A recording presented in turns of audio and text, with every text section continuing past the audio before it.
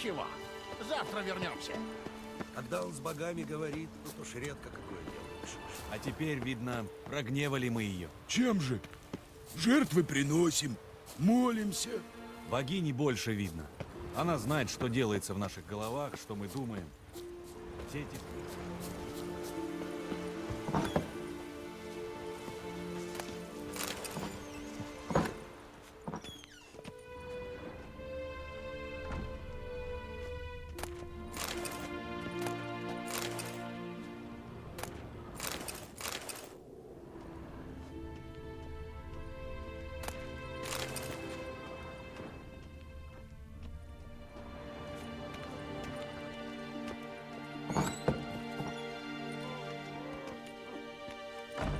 Мы скоро закончим.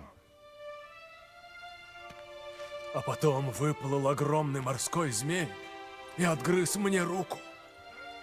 Боги дали знать. Время принести жертву.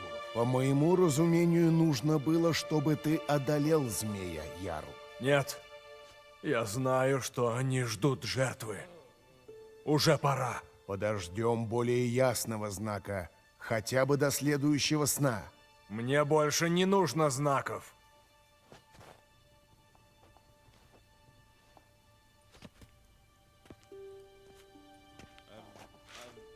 Я ищу Терес. Кажется, она останавливалась у тебя. Дочь Анкрайта? Да, она была здесь. Где она? Что? Керес. Где сейчас Керес? Не знаю. Не знаю. Хватит вопросов.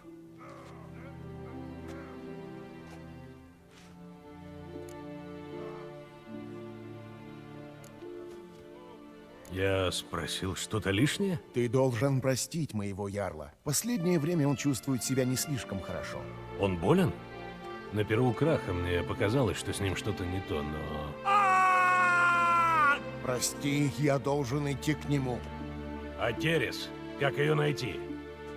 Не знаю. Поспрашивай. Отлично. А помните, как в заливе Сольве нас застал шторм?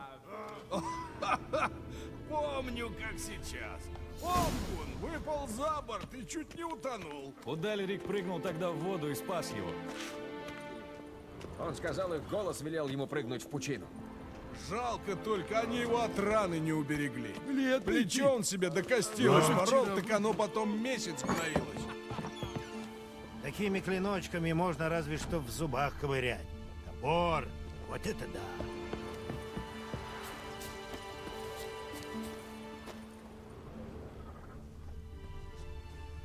Сколько тебе лет?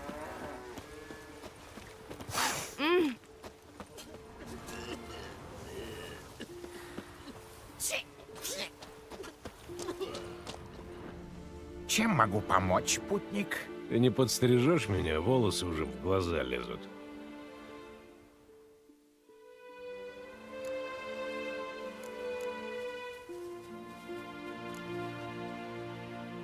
Бывай.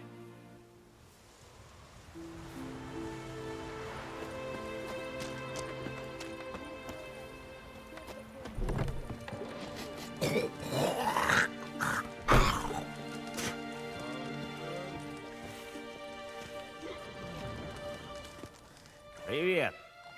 Говори сразу, чего тебе налить, и не мудри.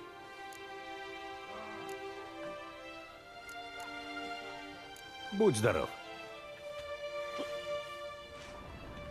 А?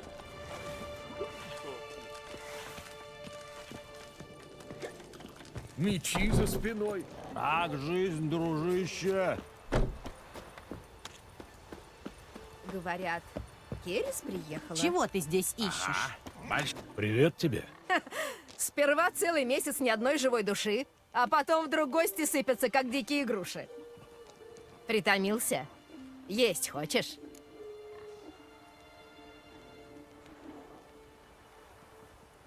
Я ищу Терес, дочь Ярла Анкрайта. Ты с ней чуть-чуть разминулся. Она недавно тут была. И куда пошла? Она же про Ярла нашего расспрашивала. Про детство его. Вот я и отправила ее к Бергтори с Эйриком. А это что за люди? Эйрик многие годы водил дружбу со старым ярлом, а тот помог ему добыть руку Беркторы. Они живут на восточном конце деревни. Спасибо. Будь здоров и передавай привет Керрис. А мать свою ты не собираешься? Ай! Мы служим той, что вечно дева мать. Прости, что помешал. Надо чего? Пойдем поболтаем за пивом. Спасибо, но время не ждет. Я ищу девушку по имени Керрис. Керрис? Дочь Краха Анкрайта? Она была здесь, но что-то давно я ее не видел. Спасибо. Надо было выходить за мужчину с материка. Если бы сын Брана на троне сидел, ни один бы черный на землю Скеллиги не ступил бы. Вот это галантный кавалер. Не то, что мой олух Свен. Если бы сын Брана на троне сидел, ни один бы черный на землю Скеллиги не ступил бы.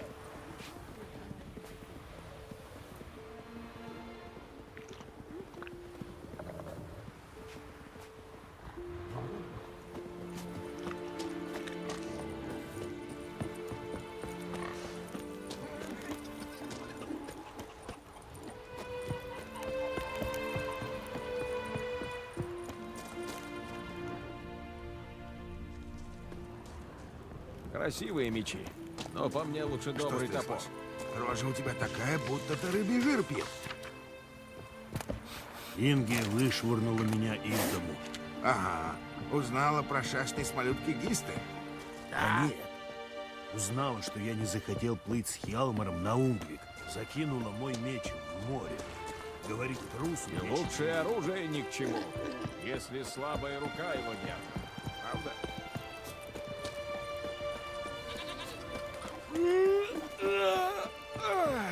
Если бы сын Брана на троне сидел, ни один бы... Мое почтение. Я кое-кого ищу. Так это ты удачно зашел. Я, правда, занята, но вокруг столько девок красивых.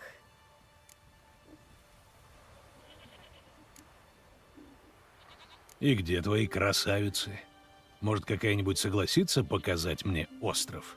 Ну, есть, например, Вейя, дочка Бондаря. Хотя нет, у нее зубы кривые. Вот Дебора другое дело.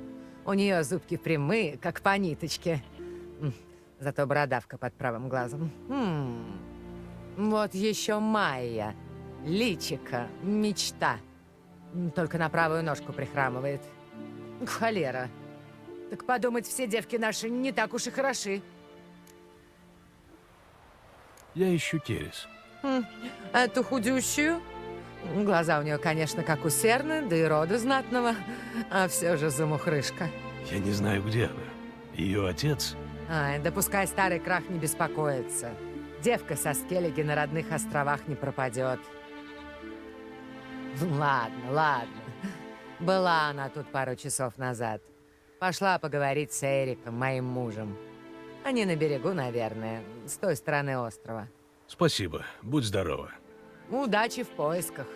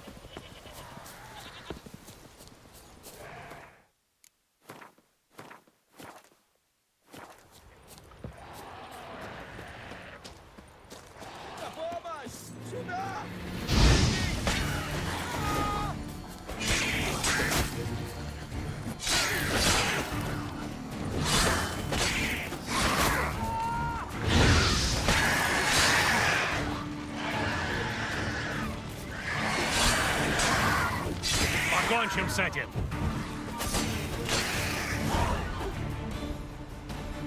Чертовы мюр-дьяблер! Ничего себе их тут развелось! Но мы им задали жару! Мы? Ты сидел на скале и звал на помощь. Но если б я тебя не предупредил, годился б ты сейчас только на приманку для трески!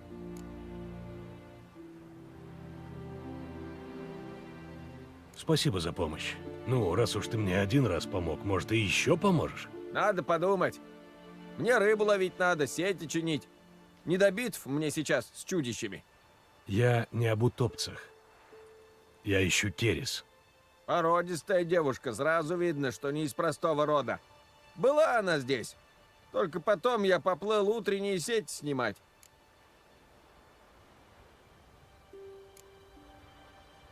Она говорила, куда собирается? Чужому бы я не сказал. Но мы же друг за друга головой рисковали. Она пошла в старый дом у Далерика. Это на холме. Зачем она сюда пришла? Она расспрашивала тебя или просто бродила по окрестностям? Она про ярла нашего спрашивала и про его семью. Спасибо. Прощай.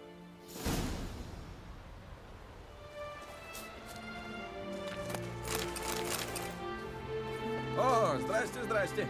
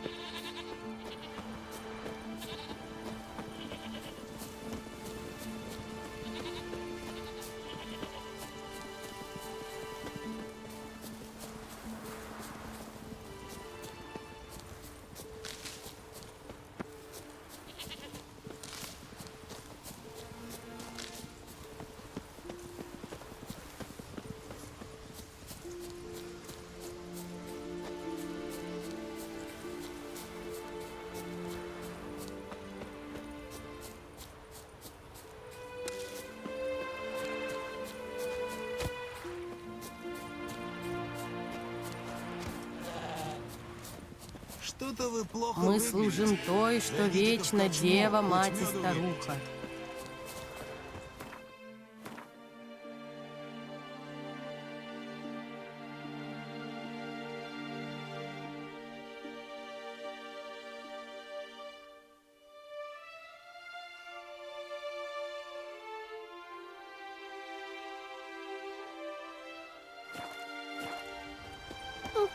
Осторожней!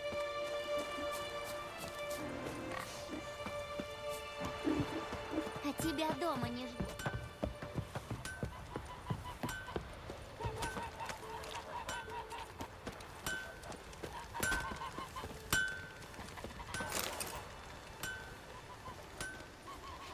Возвращайся, откуда пришел.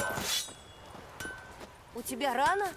Мой отец тоже был такой бледный, а потом... Ты пришел издалека. Кого еще несет? Прошу прощения. Если бы сын Брана на троне сидел.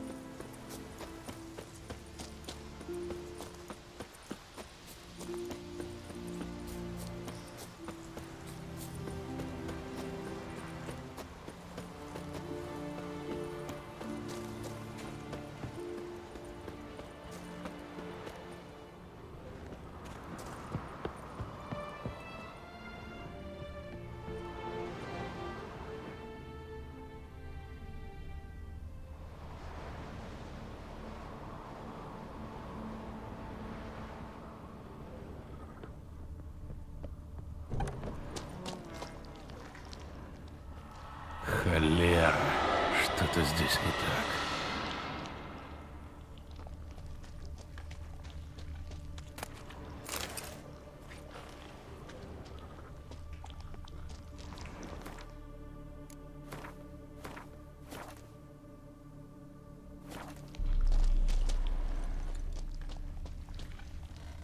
Свежие следы. Может, это Керрис?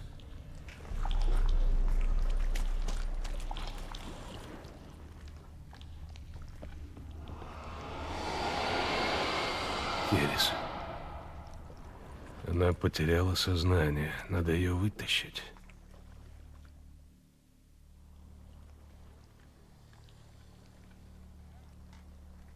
Что случилось? Где я? Ай, голова болит.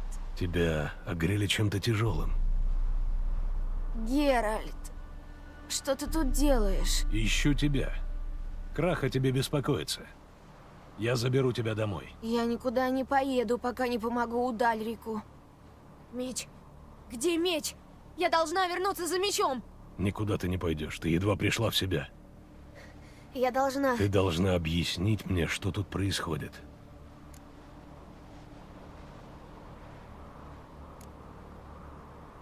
Зачем ты туда влезла? Я хотела помочь Удальрику. Он, конечно, странно себя ведет, но сомневаюсь, что твоя прогулка по проклятому дому ему поможет. Если я принесу меч, поможет.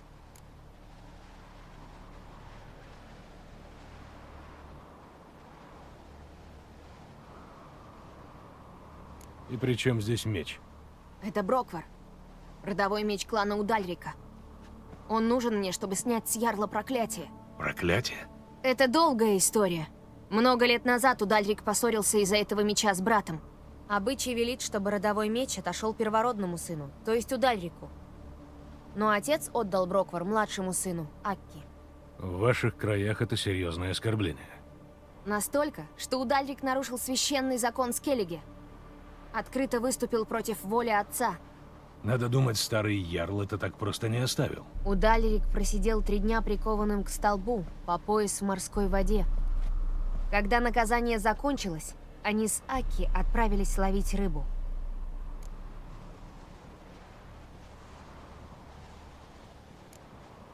Этот поход кончился скверно? Предчувствие тебя не обманывает. Налетела буря, и Акки упал в воду.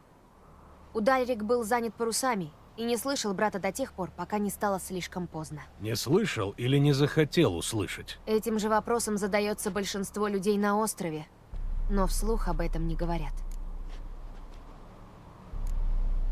А как ты думаешь, Удальрик убил Акки? Я не хочу делать поспешных выводов, но мне кажется, то, что тогда произошло, отразилось на всей жизни Удальрика. И как-то связано с мечом.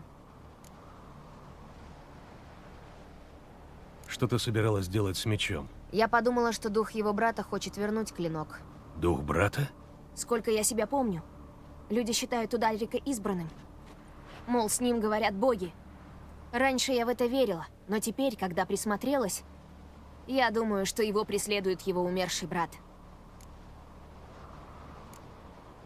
Смелая мысль. Ты не нарушаешь этим каких-нибудь местных законов? Мне плевать. Я не верю, что это боги. Ты его видел? Он же весь в шрамах. Я думал, что это следы битв. Если его душевные страдания можно назвать битвами, то да. Сам он говорит, что голоса велят ему увечить себя во славу богов. Но мне кажется, боги тут ни при чем. Это все Акки. Значит, ты думаешь, Акки хочет отомстить, потому что Удальрик позволил ему умереть? Я говорила с Хьортом. Он клянется, что Удальрик не слышал голосов до смерти Акки. Хьорт вряд ли ошибается. Он знал обоих братьев с колыбели. Может, если отдать Акки меч Броквар, он оставит Удальрика в покое? Идея хорошая, если все дело в духе. Но что-то у меня не складывается. Что? Ты сказала, что Акки утонул, а призрак обитает в этом доме. Может, потому что они оба здесь жили? Спасибо за помощь, Геральт. Но я должна вернуться за мечом. И речи быть не может, я сам за ним пойду. Правда? Спасибо. Ну, тогда я Пойду к Удальрику. Исключено. Ты едва держишься на ногах. Подожди меня здесь и пойдем вместе.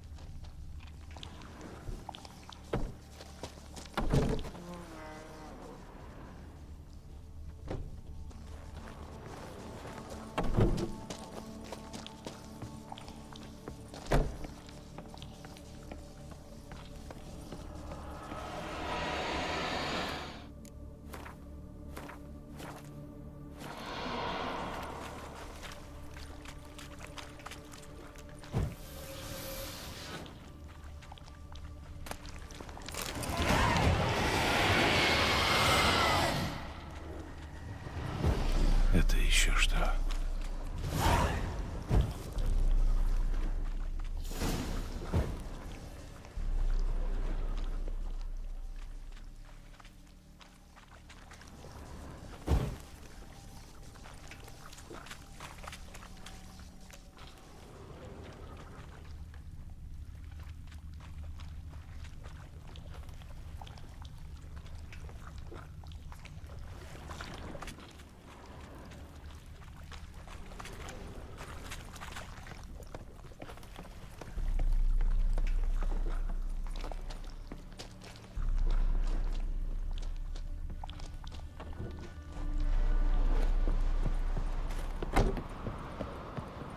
Так ты нашел меч? Нашел. Ну, веди. Ты же был товарищем моего отца, да? Надеюсь, мы по-прежнему товарищи. Но я слышала, вы из-за чего-то поссорились. Или из-за кого-то. Ты о той истории с Йеннифер? Это давно было. Еще до того, как Крах встретил твою маму. Но вы с Йеннифер уже были знакомы. Ой, с Йен всегда все было непросто. А что в ней такое? Что тебя к ней притягивает? Не знаю. Может, мне просто никогда не нравились легкие пути. Этот сюда, должно быть, не на рыбалку. Вот это галантный кавалер. Не то, что мой олух Свен.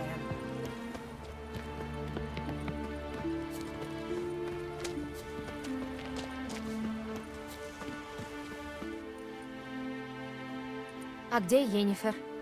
Не знаю, а что такое? Да вот любопытно. Она что, прямо так тебя отпустила? Что значит отпустила? Ничего. Ничего. Просто мне кажется, она не любит упускать тебя из виду. О, вот они.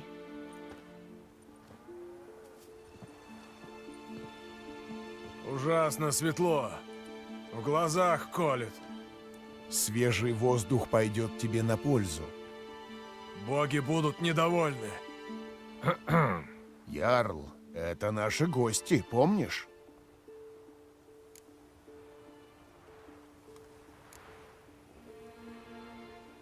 Что случилось с твоей рукой? Я пожертвовал ее богам.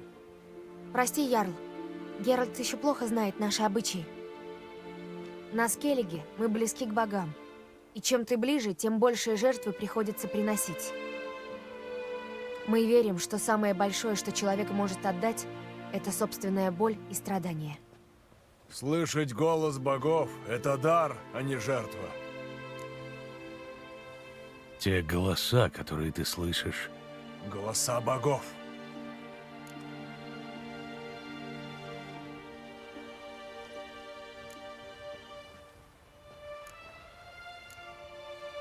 Возможно, голоса связаны с твоим умершим братом. Я рассказала Геральту про Акки. Мы пришли к выводу, Что Бодди опечален его гибелью, поэтому нужно попросить у него прощения. Я не хотел. Аки упал в воду. Боги разгневаются.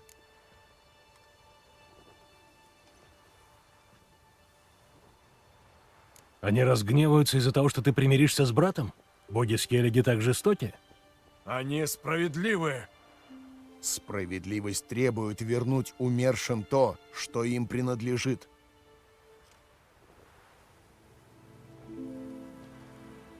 Что я должен сделать? Ты помнишь, в каком месте Аки упал в воду? У восточной оконечности острова, недалеко от входа в залив. Нас снесло под иглу Улулы. Это опасное место. Водовороты утягивают там по несколько людей в год. Мы отправимся туда. Чтобы дух Атти обрел покой, нужно вернуть Броквар его владельцу. Нет. Нет, нет. Боги! Боги будут в гневе! Я чувствую это! Ярл, не страшись. Боги любят тебя. Наверняка они хотят этого. Может, будет достаточно, если я сплаваю туда один? В конце концов, неважно, чьими руками ты вернешь меч. У Аки было при себе что-то приметное? Что-то, что сохранилось под водой до сих пор? Да. Родовой перстень. Пожалуй, этого достаточно. Я поплыву.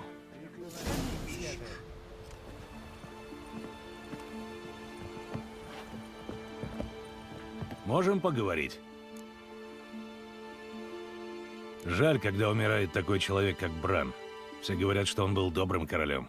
Потому что об умершем иначе говорить не годится. Значит, ты с этим не согласна? Бран всю жизнь провел в море, а в его отсутствие Распери разъедали острова изнутри, и люди злились, что некому разрешать их споры. Но потом Бран возвращался с добычей, устраивал пиры, мед лился рекой, и люди снова его любили. Будь здорова.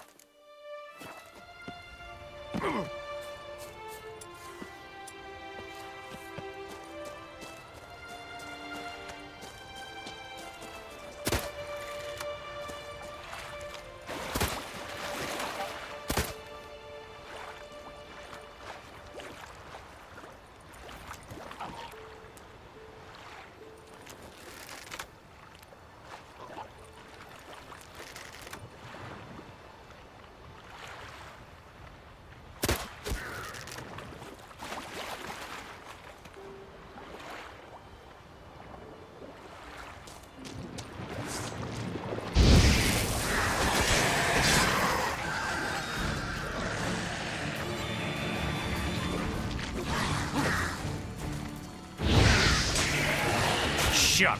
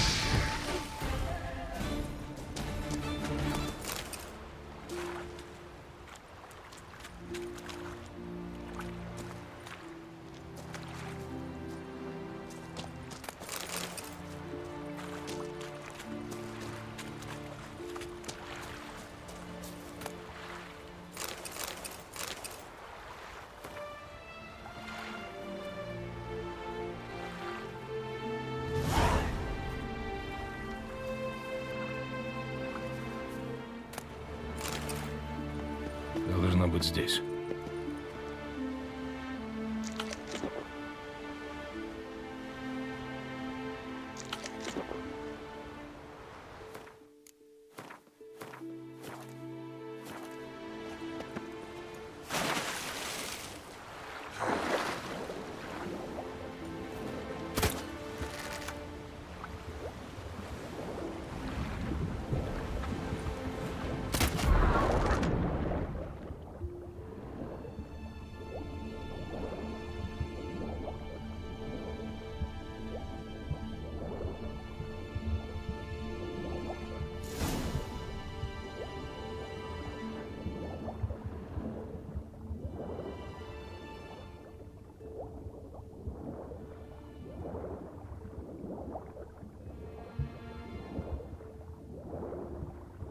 Смотрим, дало это что-нибудь или нет. Пора возвращаться к удальнику.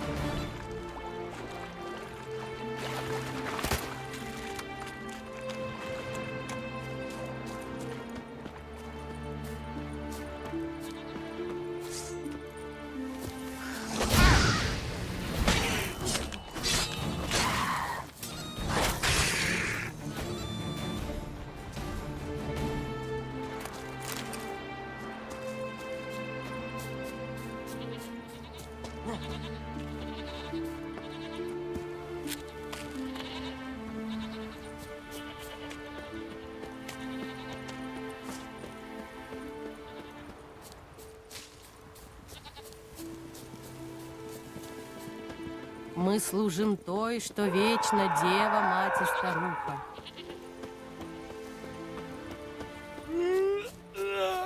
Не знаю никого столь смелого и столь преданного Такими богам. клиночками. Зачем ты это сделал? Что происходит? Удальрик. Голоса велели ему выколоть себе глаз. Что? Зачем ты это сделал? Такова была воля богов. Это жертва за Акки.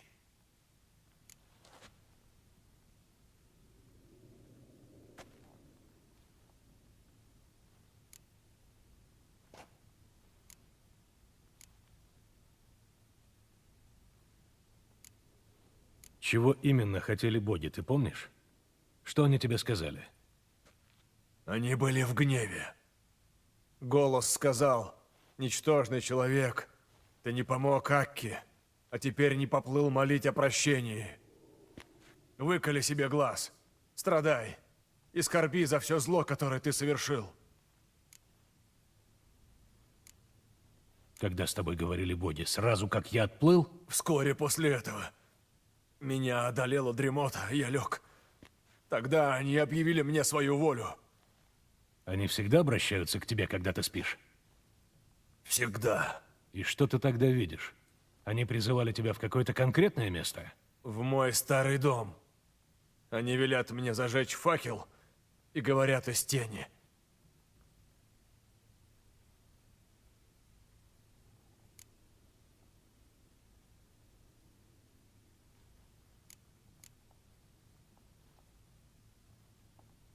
Боги когда-нибудь открывали тебе свой облик? Или ты всегда видишь только тени? Однажды я набрался смелости и во сне ярче зажег факел. Тогда я увидел неясный силуэт, сидящий в тени. Ты сказал, что боги обращаются к тебе из тени. Поэтому ты не позволяешь зажигать здесь свет. В моих снах иногда я вижу их силуэты, когда факелы горят достаточно ярко. Это великая честь видеть богов. Может, если бы в доме было светлее, ты видел бы их и наяву? Обычные люди недостойны смотреть на них. Боги ждут от тебя только страдания? Только оно им и мило. Потому они хотят его все больше.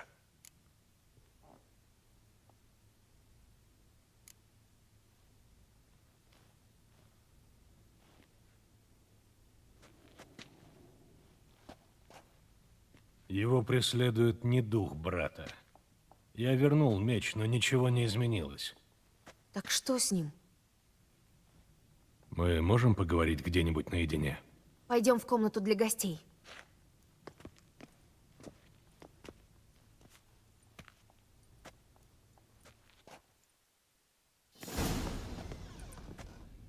Ну так что это? Хим. Существо, которое появилось после сопряжения сфер. Он присасывается к человеку, который совершил низкий поступок. Годами он жирует на его боли, подпитывает угрызения совести и в конце концов вынуждает наносить себе увечья.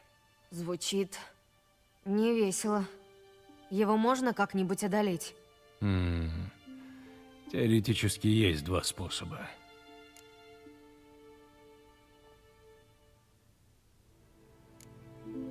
Хима вроде бы можно обмануть. Нужно притвориться, что делаешь что-то ужасное. Тогда он перепрыгнет на новую жертву. Когда Хим поймет, что его обманули, ему придется уйти. Надо попробовать.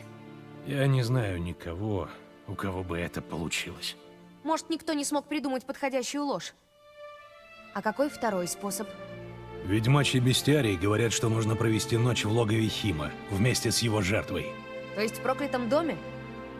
Место скверное, но ты, должно быть, ночевал в местах и похуже. Одной ночевкой дело не обойдется. Нужно как-то выманить Хима. Он должен выйти из тени, показать себя. Только тогда можно будет его ранить. И наверняка он захочет с нами рассчитаться. Ты видела у Дальрика. Это будет нелегкий бой. Я знаю, что ты сомневаешься. Но давай хотя бы попробуем обмануть Хима. Это может оказаться не так просто. Впрочем, оба способа не идеальны. То есть...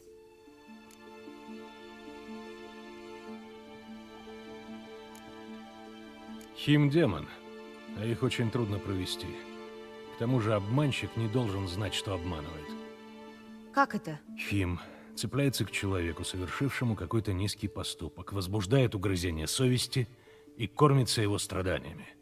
Если обманщик уверен, что не совершил ничего дурного, Хим это почует. То есть, если одному из нас придет в голову мысль, что делать, он не сможет рассказать о плане другому, так? Иначе ничего не выйдет? Именно. А что другой способ? Удальрик может не выдержать целую ночь в логове Хима. Ты думаешь, что Хим захочет его убить? Нет, он не станет убивать кормильца.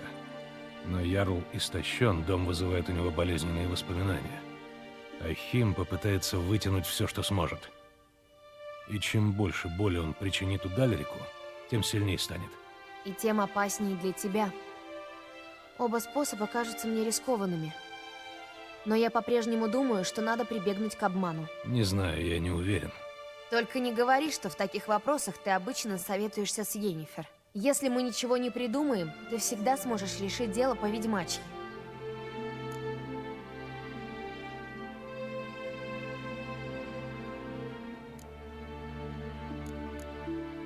Да что тебе до Йеннифер? Ты который раз про нее вспоминаешь? Да ничего, просто я заметила, что вы очень единодушны. Хочешь сказать, я у нее под каблуком? И ты не исключение. Наверное, все мужчины. Неотесанный рыбак со Скеллиги, отважный рыцарь, суровый ведьмак. Каждый из вас, в конце концов, дает себя укатать и во всем слушает женщину.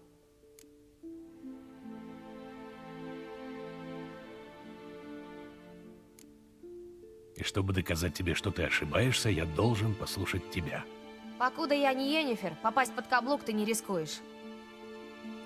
Ну и помни, если ничего не выйдет, сделаем по-твоему. Ладно, договорились. Попробуем обмануть Хима. Хорошее решение.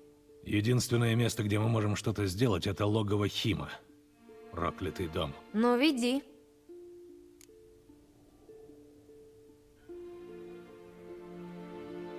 Не стоит медлить.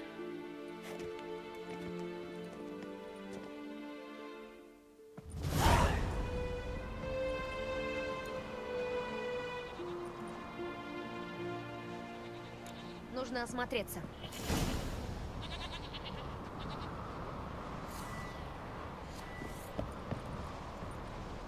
Ну что?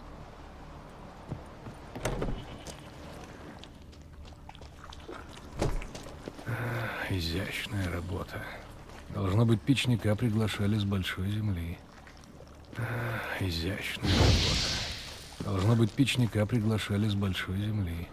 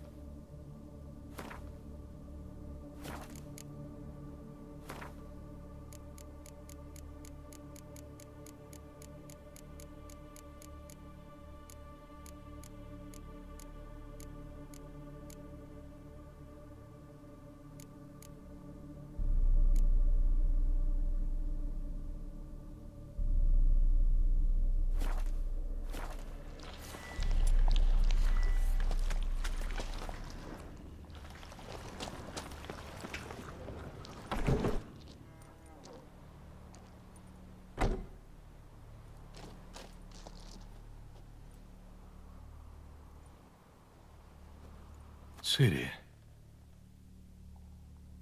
Нет, это невозможно. Зараза. Отпугнуть меня хочешь? Это хорошо, значит, боишься.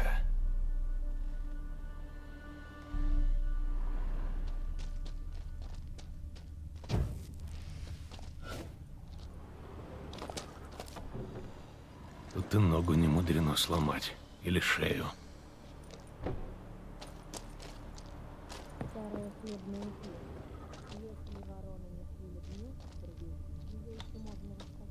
Разбитое зеркало. Должно быть, Удальрик боялся увидеть Хима за спиной.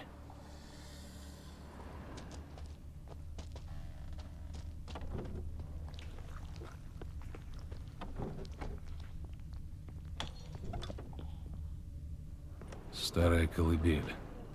Наверное, тут спал маленький Удальрик или Акки.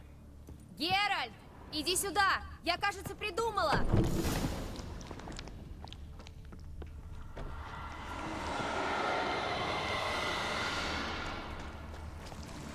Геральт!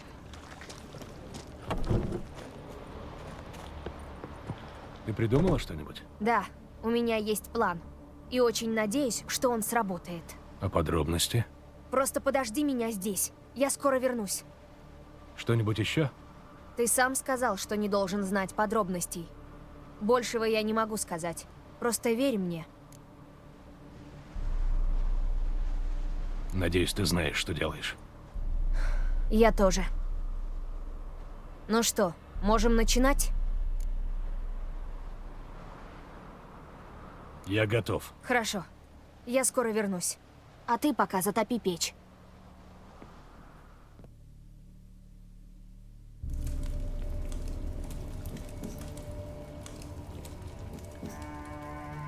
Вон она! К старому дому бежит! Держи! Возьми. Положи его в печь. Верь мне. Осторожней с ребенком! Отдай мне ребенка. Клади его в печь. Давай же.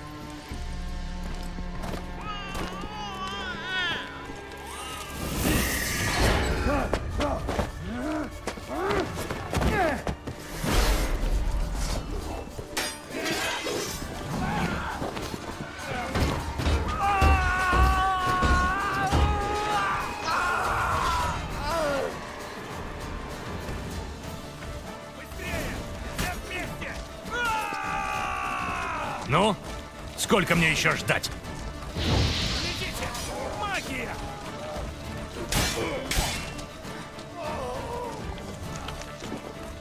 Раз, два, три! Ты, седой, умри!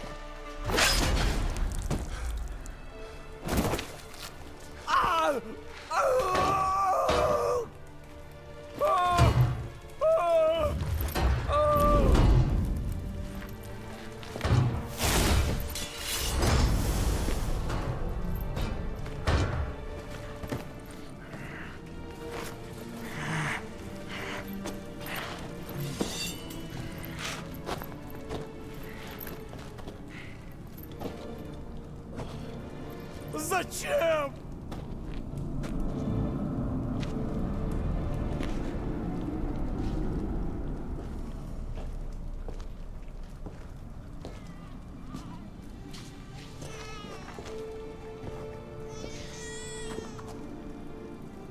Аки!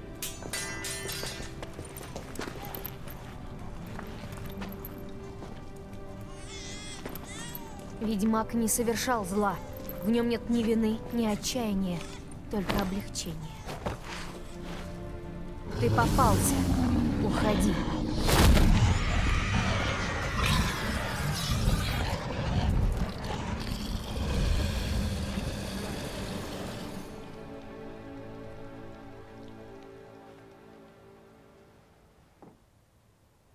Все кончено. Да? Мы обманули Хима. Он решил, что я убил твоего ребенка и ушел от тебя, чтобы присосаться ко мне и питаться моим чувством вины. Но увидев, что ребенок цел и невредим, Хим исчез. Ты свободен, Ярл. Свободен. Хим ушел, а вместе с ним и голоса, которые мучили тебя. Идем отсюда.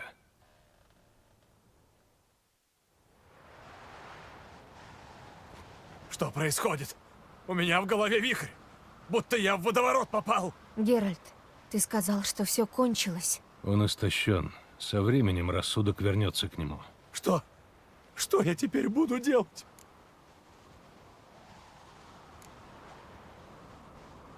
Ты растерян, но успокойся, это пройдет. Я чувствую, будто из меня что-то вырвали. Это нормально. Хим был паразитом, а они крепко срастаются с жертвой. Поэтому сейчас ты чувствуешь пустоту. Но не беспокойся, через несколько дней или недель ты будешь здоров. Спасибо. Наверное. Прощайте.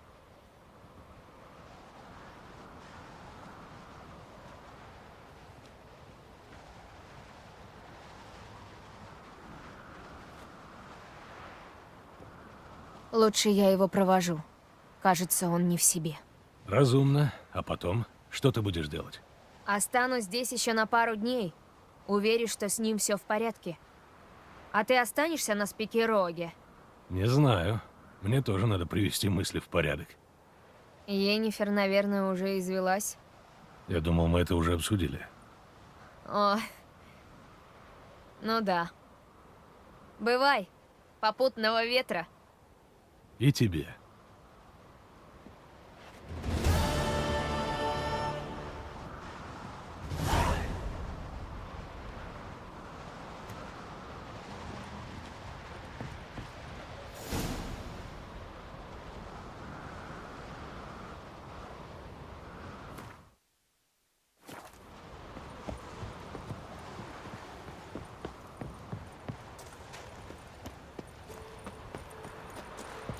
Можем поговорить? Будь здорова.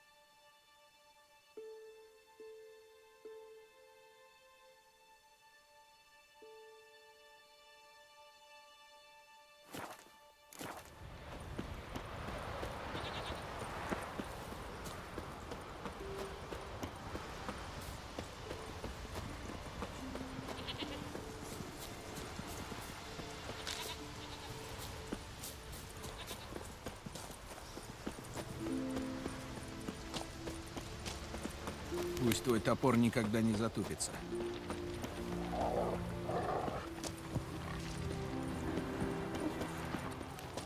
Интересно.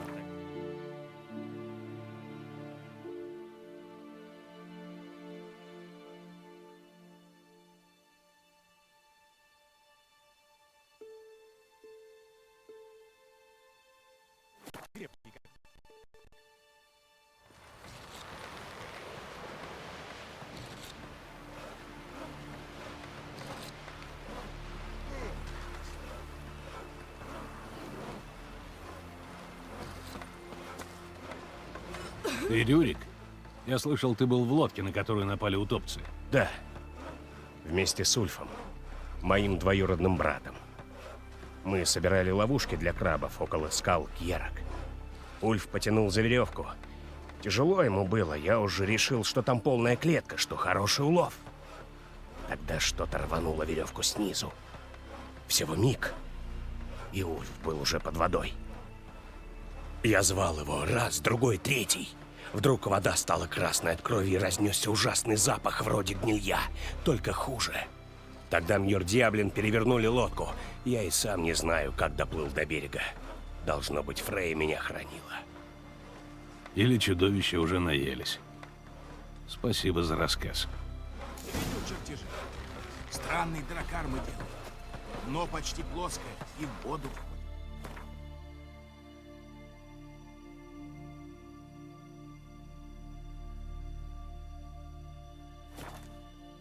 На 2 пяти. Это воля Хьялмара. Он хочет девушек в деревне не трогать. Это мирная деревня. Ты возвращаться-то собираешься? Ты издеваешься или дорогу хочешь спросить? Ты Туве? Мне сказали, что твоего мужа убили утопцы. Сперва море забрало у меня сына, теперь мужа. Осталась я одна. Квилле, наш сын, не вернулся слова. Муж каждый вечер ходил на скалы Кьерак высматривать его лодку. Я говорила, что ему этим жизни не вернешь. И сам, говорю, сгинешь. Слышал ведь, что там утопцы живут. Только не сиделось ему. Брал он свой старый плащ и шел. Когда он однажды ночью не вернулся, я позвала брата. Мы взяли факелы и отправились его искать. Мьёльдьяблен, утопцы так его изранили, что я только по этому плащу его и узнала. Я знаю, что это небольшое утешение, но обещаю, что ваша беда с утопцами скоро закончится. Будь здорова.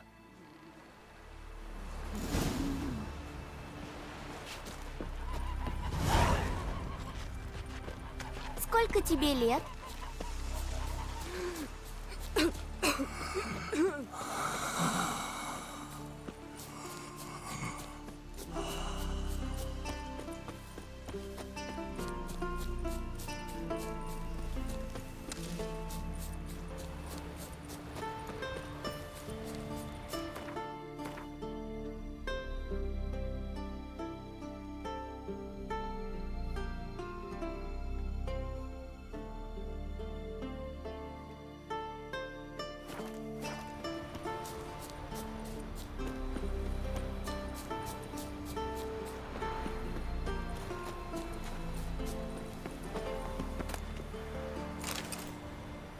Ну и ну.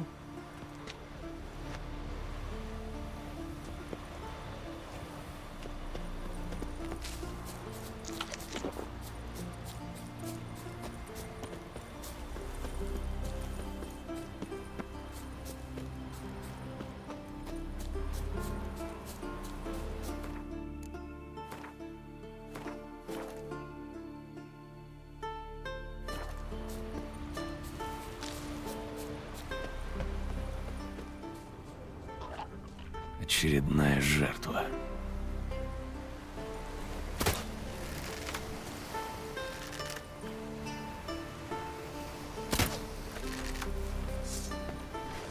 Ну что, паскуда?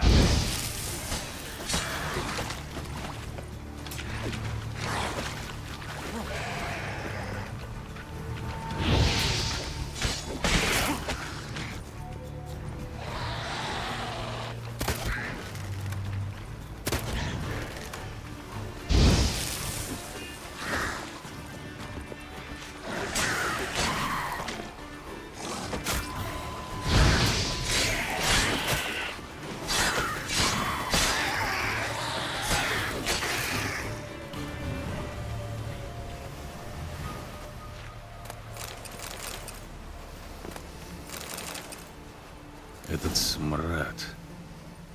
Точно утопцы. Где-то рядом их логово.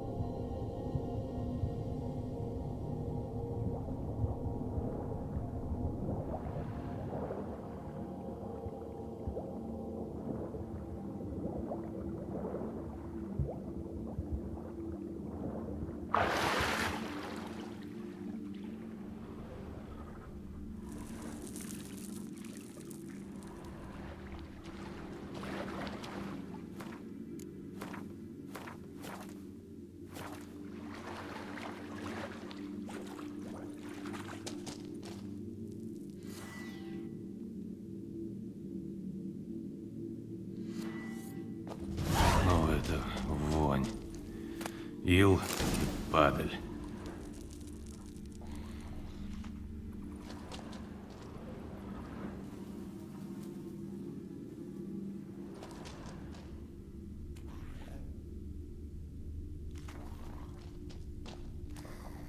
Человеческие кости. Не сломаны, но мозг высосан. Для этого нужен тонкий длинный язык.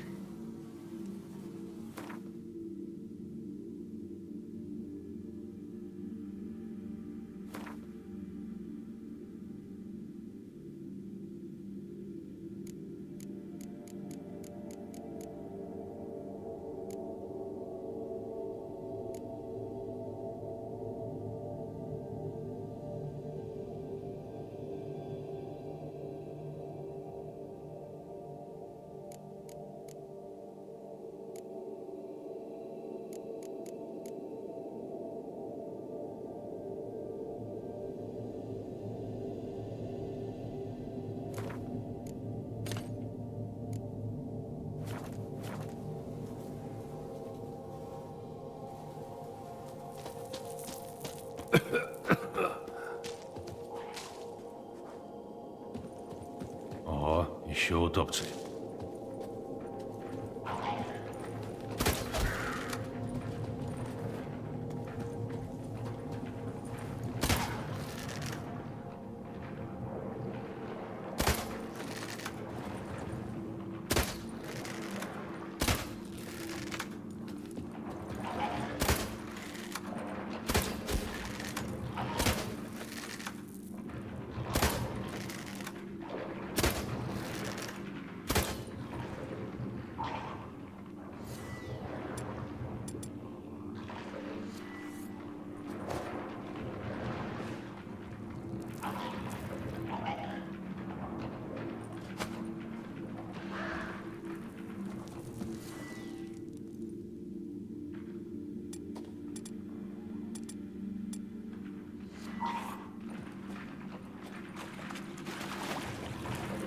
Потанцуем?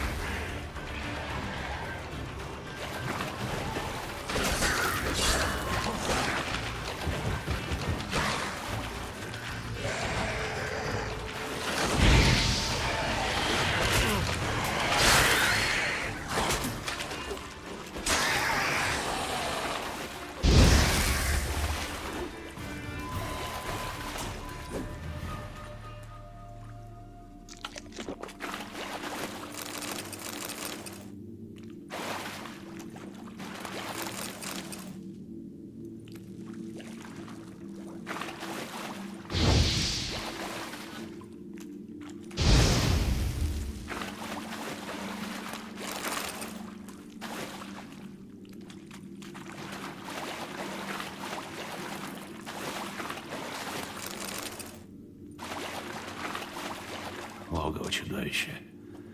Но, кажется, не утопца. Синяки на шее, раздавленная гортань задушили.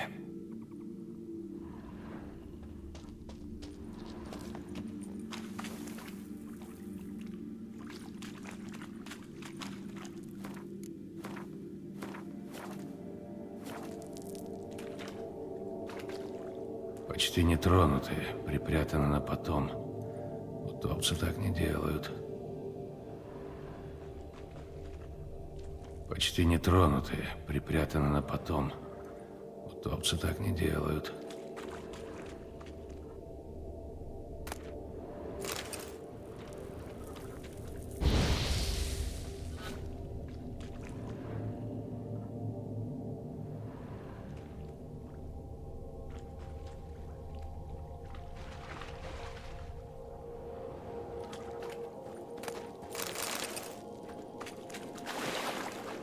Обломки лодки, порванные паруса, канаты.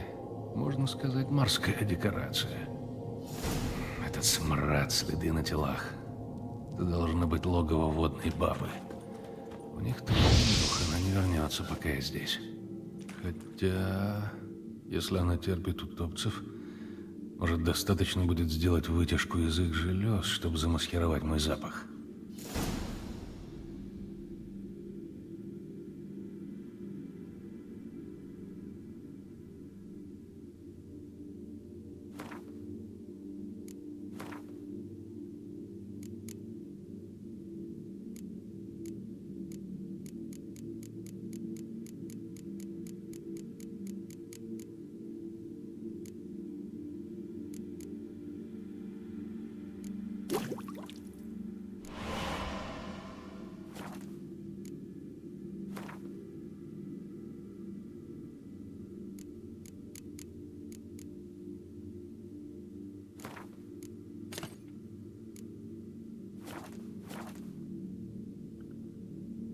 Должно хватить. Остается где-нибудь спрятаться и подождать. За теми шлюпками.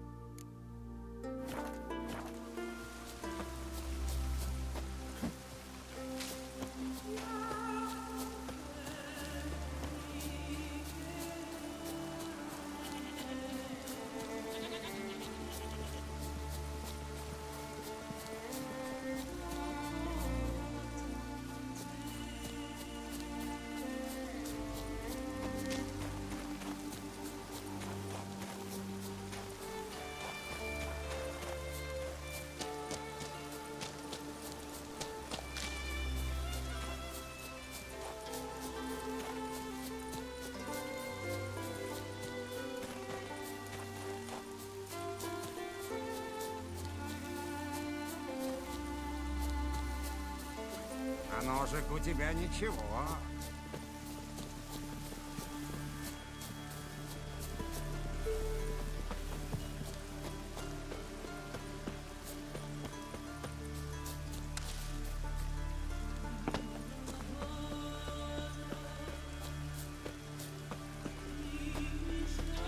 Приветствую. Что хочешь купить? Покажи мне свои товары.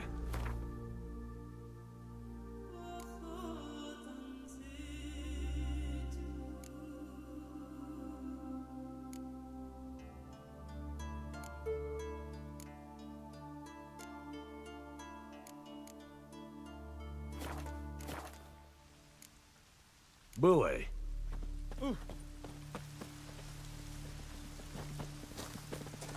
Подойди ближе, незнакомец.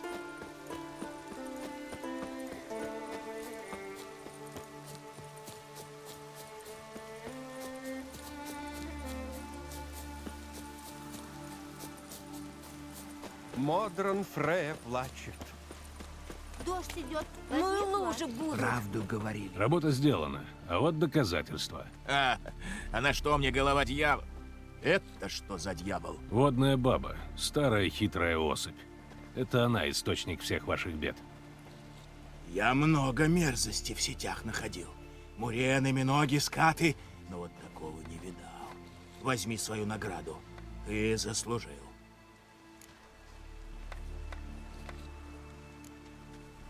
Спасибо. Прощай. Сказатели.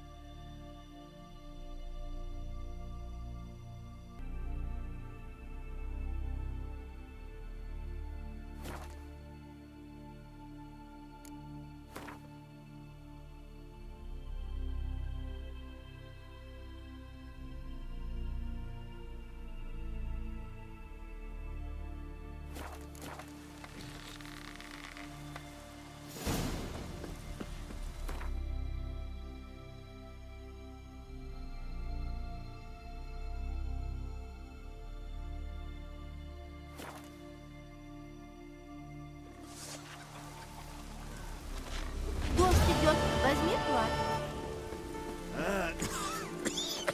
Видно, меня продуло.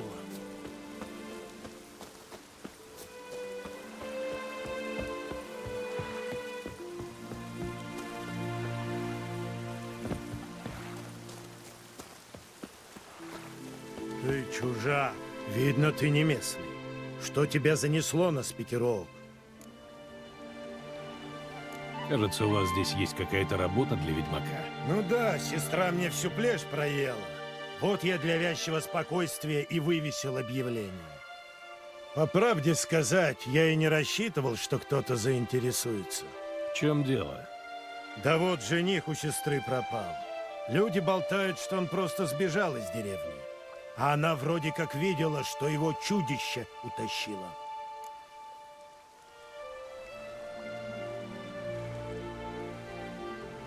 Мне кажется, ты не веришь в эту историю с чудищем. Всякое между ними было. Нильс бегал за юбками, и сбрить сладить непросто. Но все-таки семья — это святое. Ты займешься этим делом? Думаю, найти этого Нильса будет непросто. Так что награда слишком мала. Если ты приведешь его домой, то я денег не пожалею. Я бы хотел услышать точную сумму. Сперва я хочу услышать, что стало с Нильсом. В точности.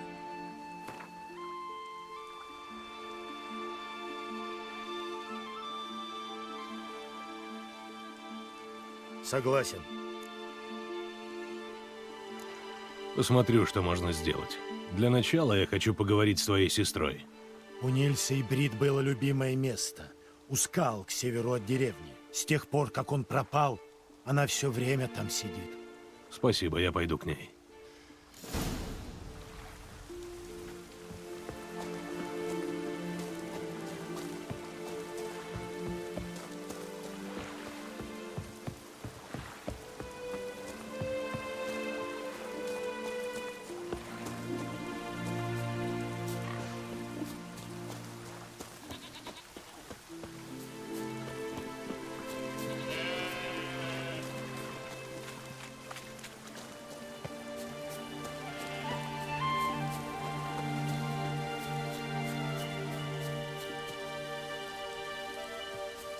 Я должен с тобой поговорить.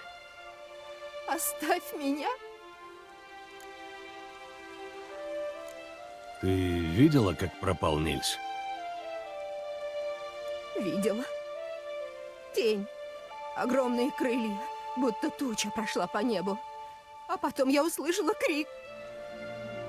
Оно схватило его и унесло в сторону пещер на побережье. Но он был жив. Кричал мое имя.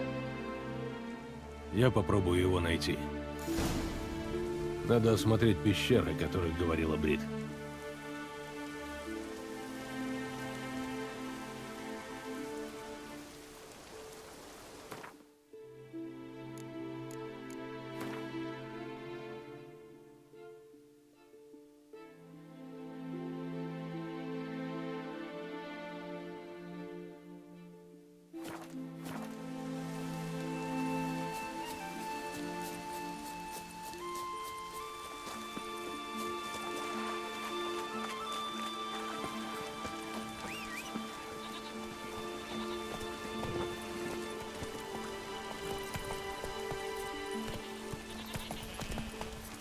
Но! Дождь или нет? У нас тут порой похуже погода бывает. У нас тут порой похуже погода бывает. Ну и что мне теперь делать?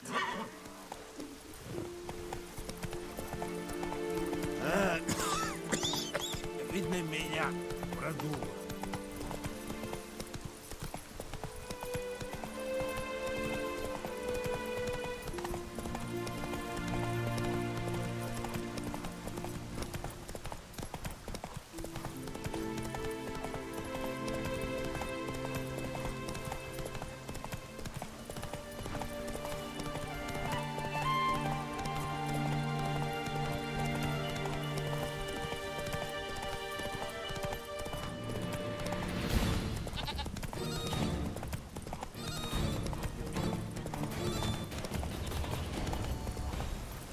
Давай, плотва!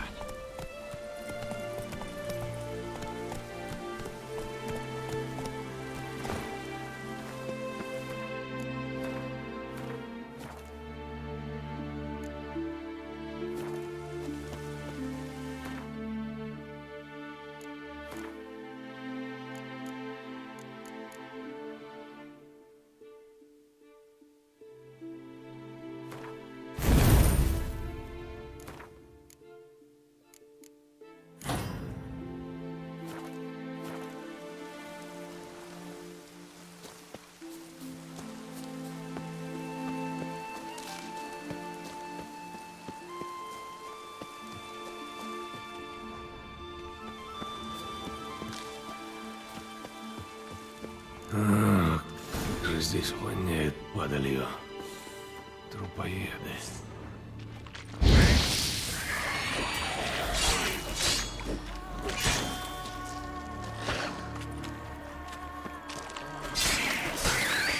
Притопцы не могли бы поднять Нильса в воздух.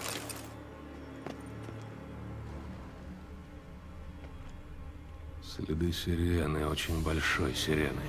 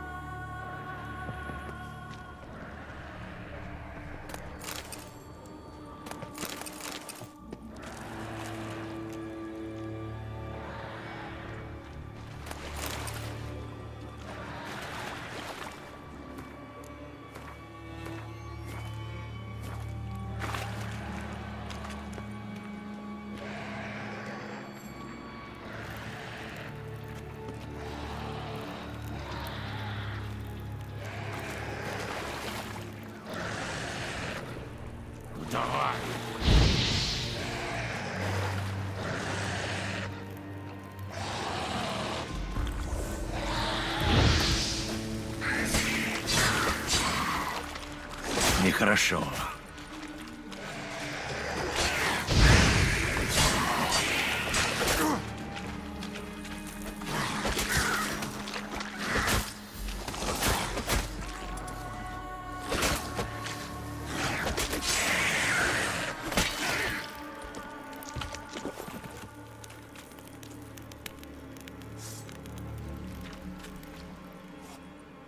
Мелюзина, безумная и грозная владычица глубин.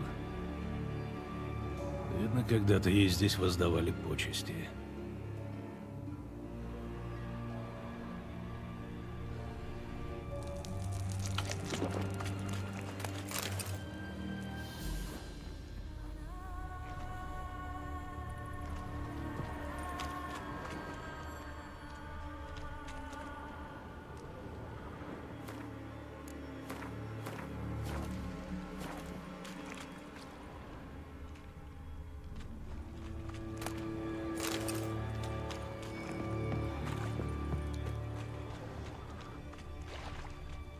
Странная окраска чешуи.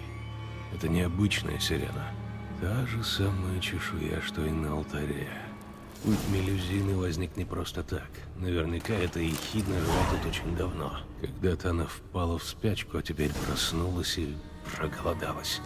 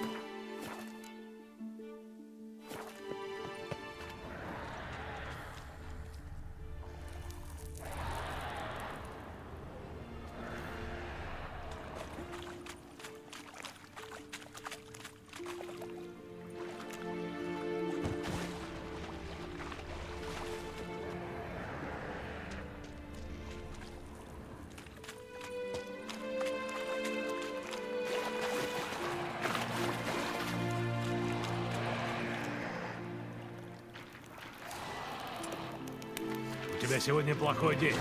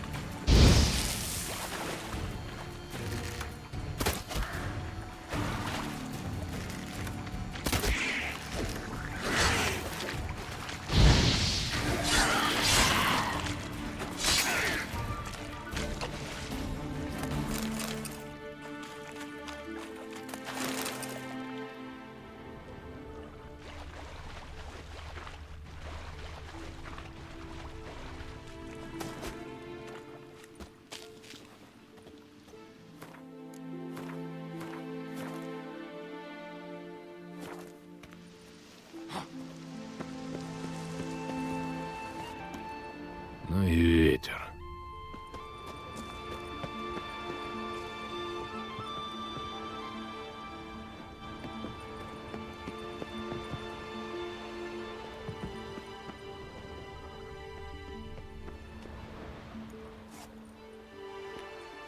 Это, наверное, Нильс. Какая-то тварь уронила его с большой высоты. А значит, Брит не обманывала.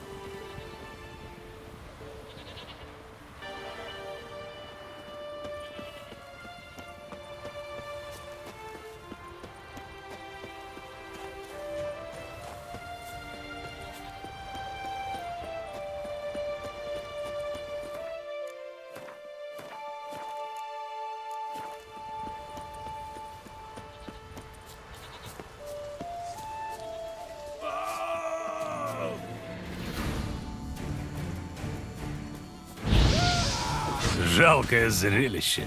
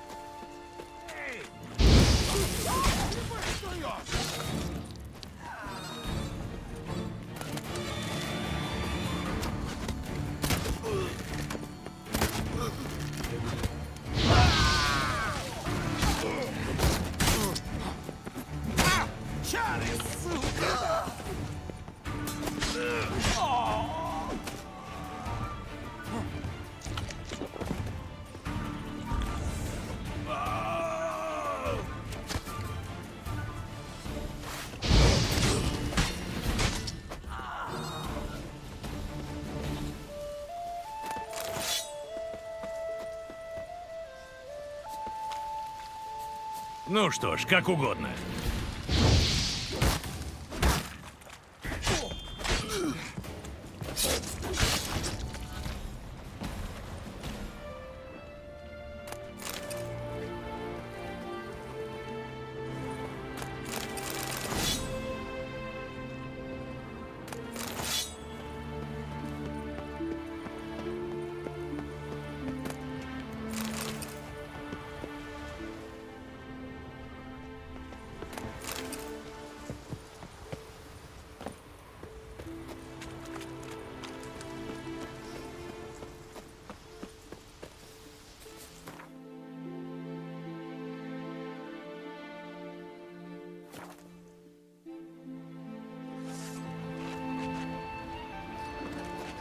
Ну, вчера мы наделали.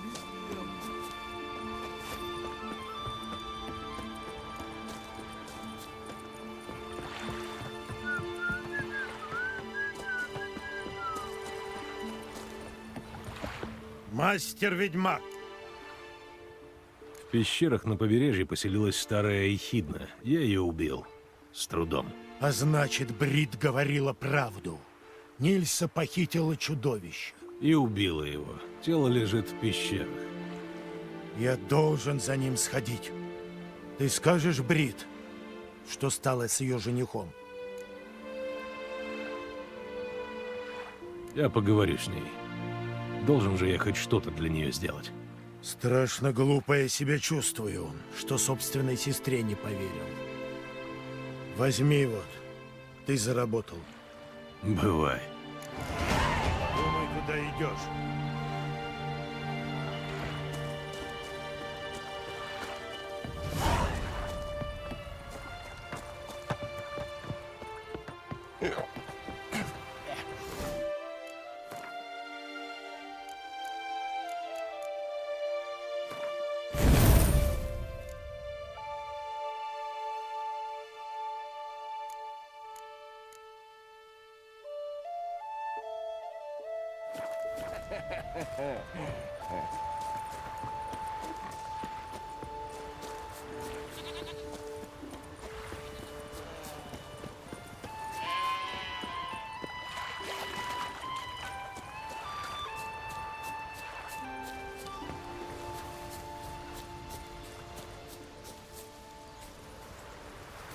Я должен с тобой поговорить.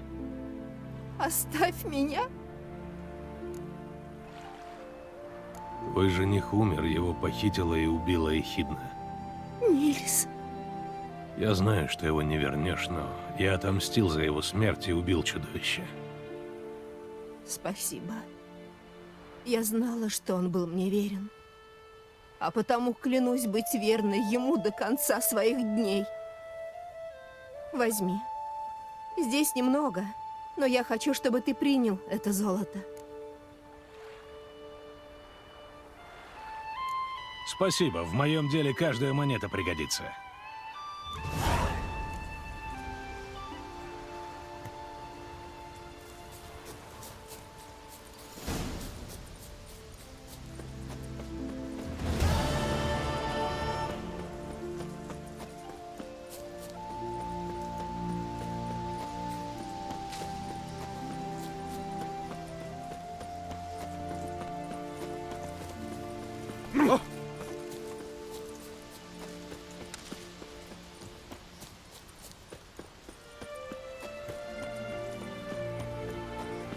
Красивые мечи, но по мне лучше добрый топор.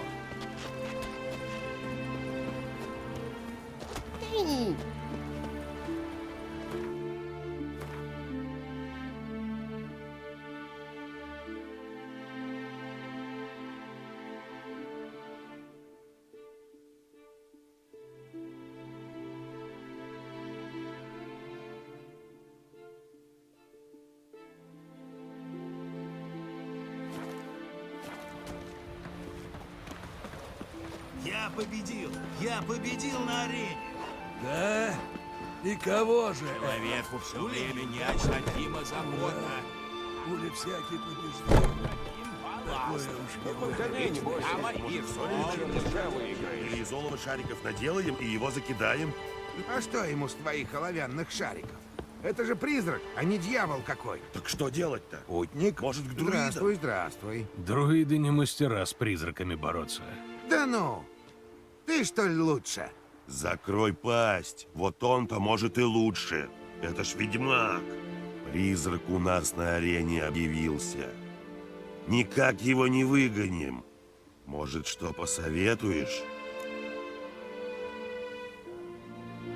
Может, и посоветую. Только мне нужно знать больше. Что ты хочешь знать? Вы знаете что-нибудь про этого призрака? Когда он появился? Дед мне рассказывал, что его дед рассказывал, будто звали его Ули Неудачник. Он всегда проигрывал поединки, но всегда оправлялся от ран. Даже помереть не смог, как мужчина. И все до тех пор, пока однажды Ярл Тормор не устроил на арене турнир. Тогда еще противников выбирали по жребию, и Ярл стал против Ули Неудачника. Ярл в победе не сомневался. Издевался над Улли, высмеивал его так, что народ ревел от смеха. А когда он поднял руку в знак победы, Улли не выдержал и вогнал ему нож в спину. Тормор, умирая, проклял Улли. «Чтобы ты во веки веков проигрывал», так и сказал. Вот с той поры Ули является на арене и все время проигрывает. Значит, уже были такие, кто пробовал его победить. Ты шутишь? Все его побеждают, а он, бедняга, все время возвращается. И вот из-за этого не получается нормальных боев устроить. Что это за арена? Ну, обычная арена. Когда-то был у нас обычай, что лучшие воины должны драться на арене. Бои на Спикероге славились по всему Скеллиге. Пока однажды не появился призрак. Откуда ты знаешь? Я же говорил, это ведьмак, волшебник. Он такие вещи знает.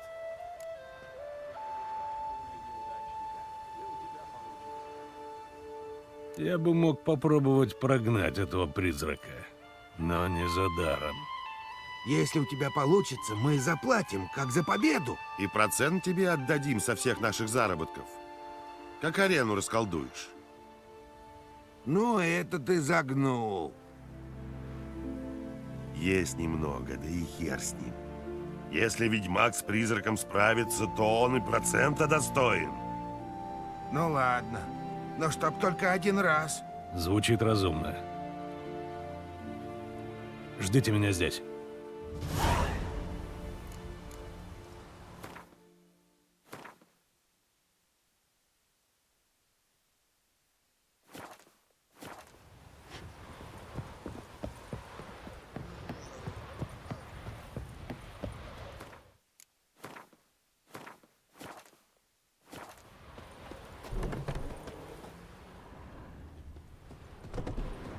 Ты пришел помериться силами с духом арены? Пожалуйста. Улли неудачника всякий может победить. Только оставь, пожалуйста, все эти «сгинь, призрак», «я одолею тебя, дух арены». Слышал я это уже сотни раз. Ужасно мне все надоело.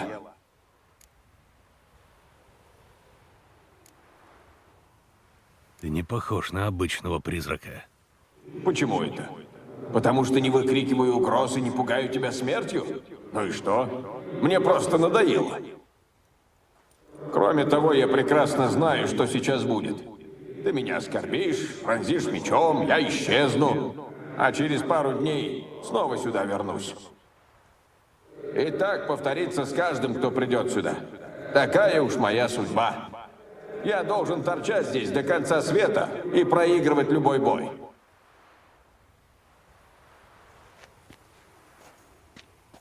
Но ведь ты не болтать сюда пришел. За дело. Одолей духа арены.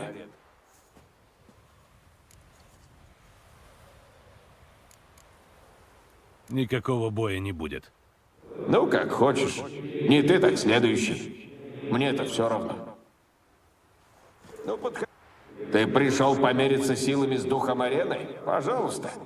Улли неудачника всякий может победить. Берись за оружие. Ну, берусь. Только давай по-быстрому и без лишнего пафоса, будь добр.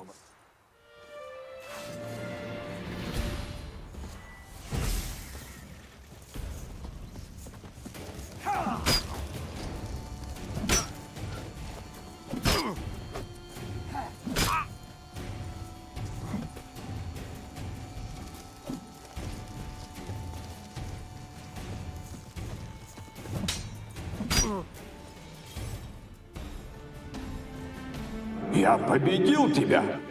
Похоже на то. Поздравляю. Но как же это? Ведь я должен был здесь проигрывать до скончания времен. Что это? Я словно слышу смех, шум, звон кубков и этот голос. Меня призывают на пир героев.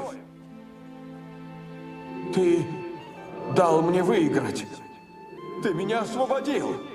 Спасибо! Да пребудут с тобой боги! Прощай, дух арены.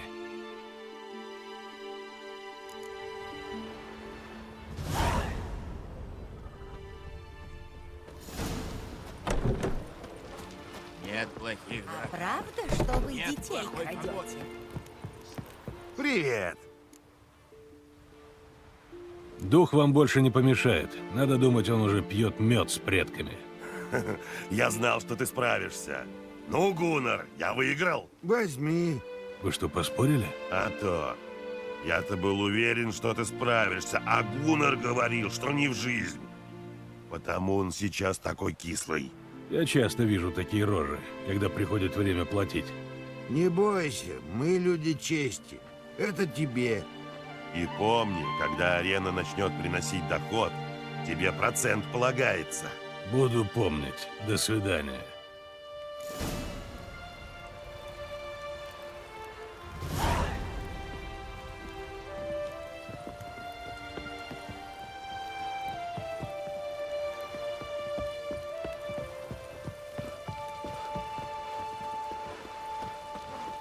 Ну вот, опять дождь. Кто-то старый ныл, что у него в костях ломит.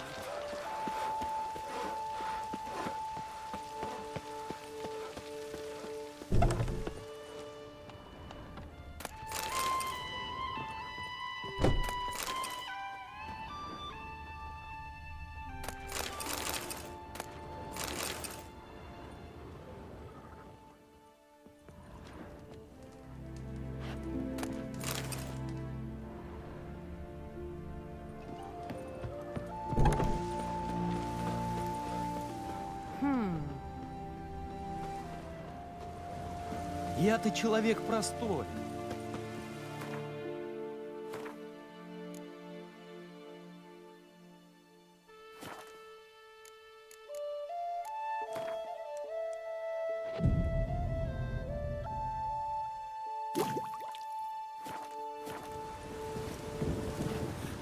Я покемарил чутка. Ау! Ау!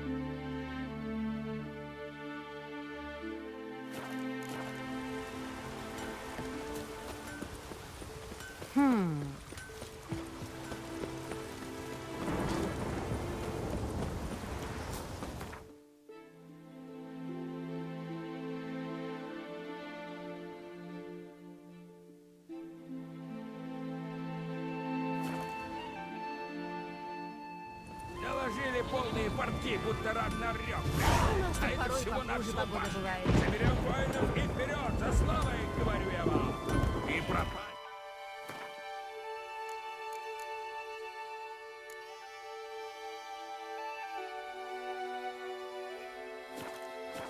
Нет уж, эта башня проклята. Она гнев богов. Слышишь звук? Это боги скрипят зубами. Значит, время войны. Время мечи точить. Кто вас поведет после смерти Брана? Чтобы бить черных, короля не нужно. Нет причин ждать. Покажи мне свои товары.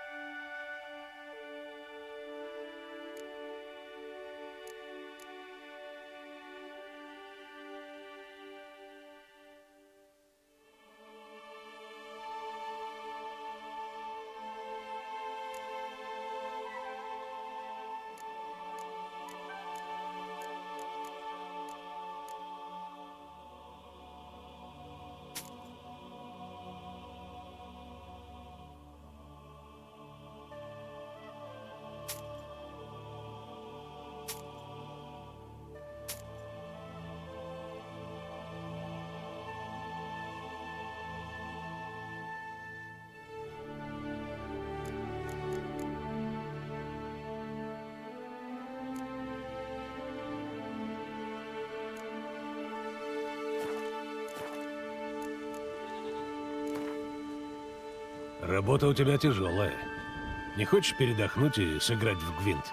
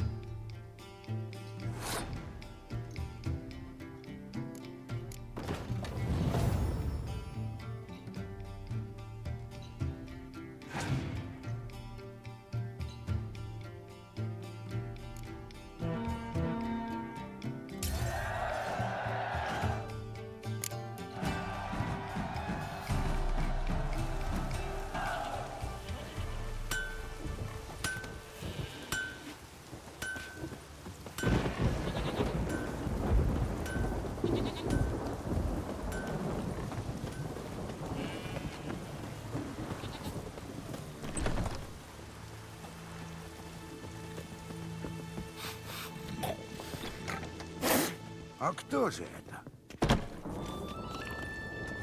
Приветствую, незнакомец. Выпей с нами. Покажи мне свои товары.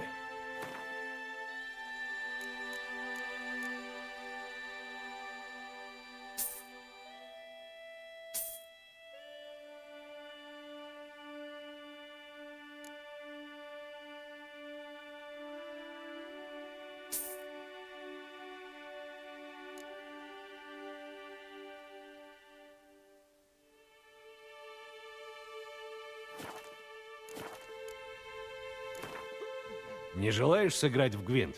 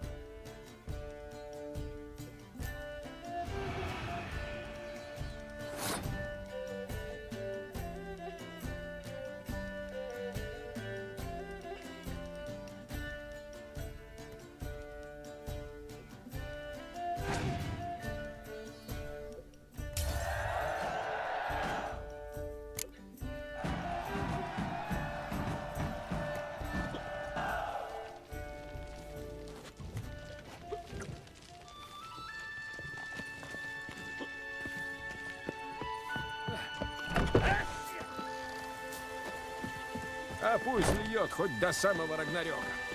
Может, рад?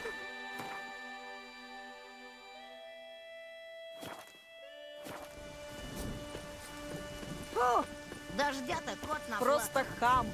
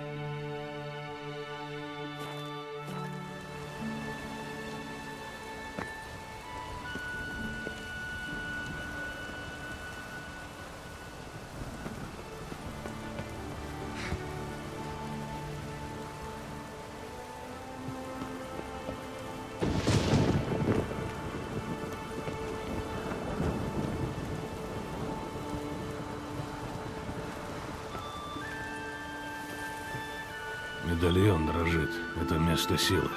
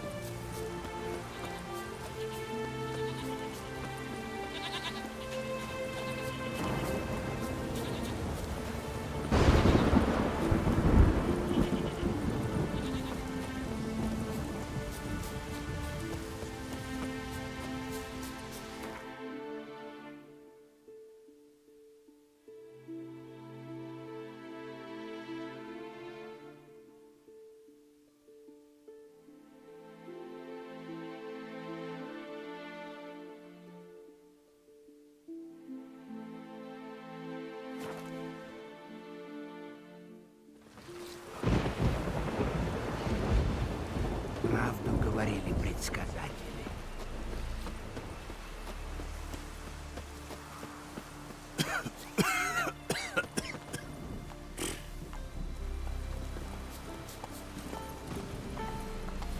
Но пошла.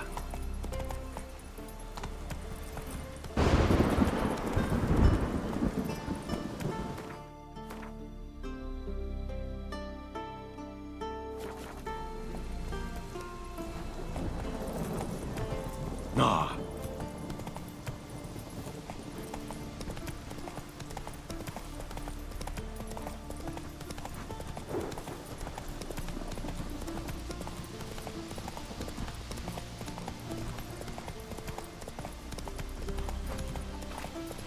Да пусть тебе льет.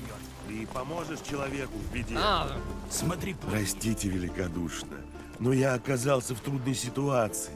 Я бродячий фокусник из оккупированной Темерии и... Из Темерии? Ты уверен? Не из Новиграда? Почему? Почему из Новиграда? Я родом из Марибора и... И ты не годишься для этой работы, у тебя слишком короткая память. Мы ведь уже встречались, только тогда ты был почтенным новиградским купцом, который отчаянно жаждал вернуться домой. Ах, уверяю вас, что... Ну ладно, поймал ты меня. Знаю, что это странно звучит. Но, клянусь, я отдам тебе все сторицей. Только не выдавай меня ярлу.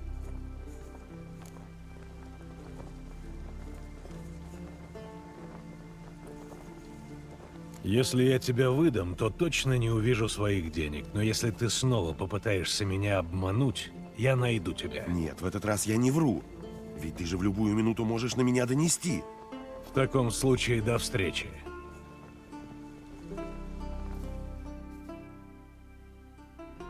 Ты чужак. Думай, куда идешь.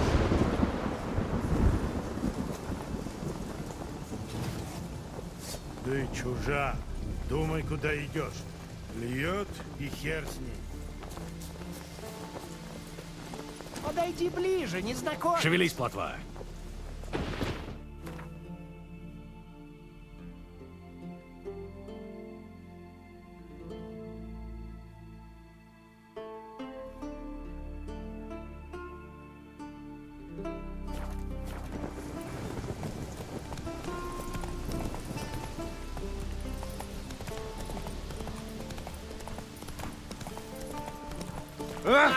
Ну?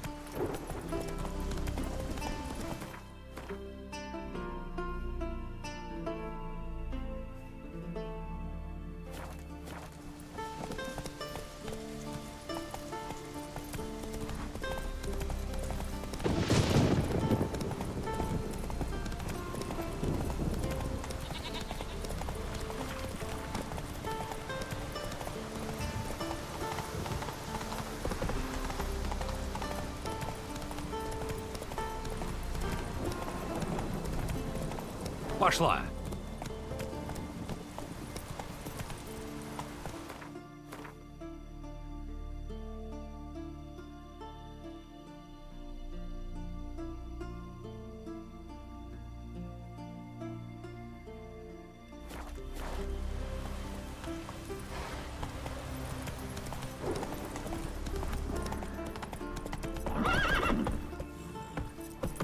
У тебя сегодня плохой день.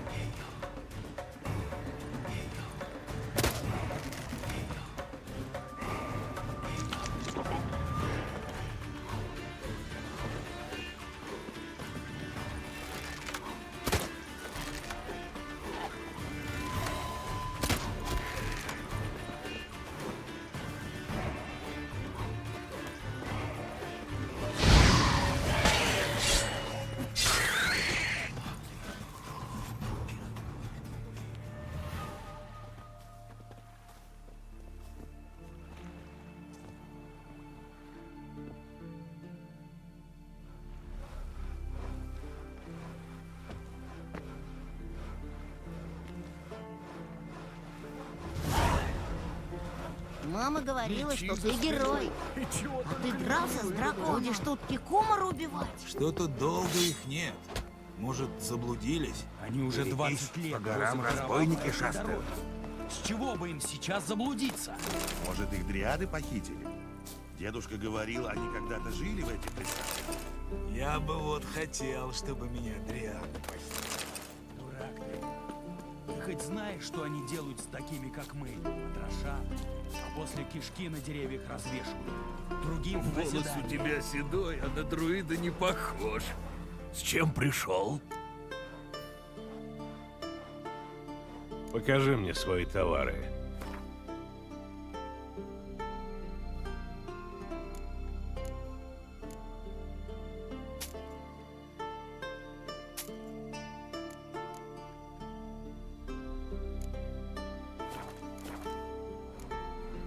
Бывай. Сталь уж шипит, искры летят, руны отцов на клинке уж хрустят. Нет.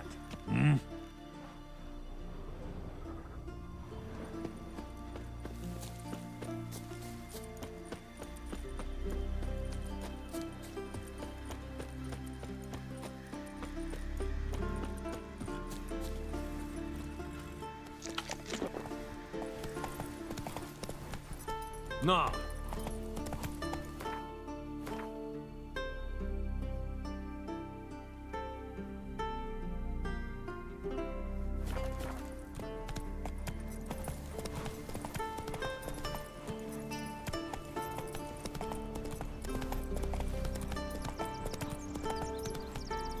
Вперед, плотва!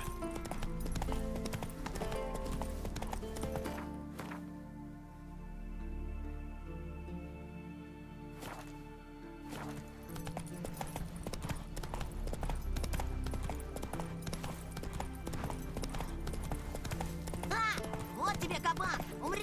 Всюду одно и то же. Капканы защелканы, земля изрыта. Ну давай! Просто подбеги и закройся до черепа. Марс принесет с охоты зайчих шкурок. Я бы себе муфту сделала. А мой отец бьет черт. Сучьи дети! Шевелись, плотва!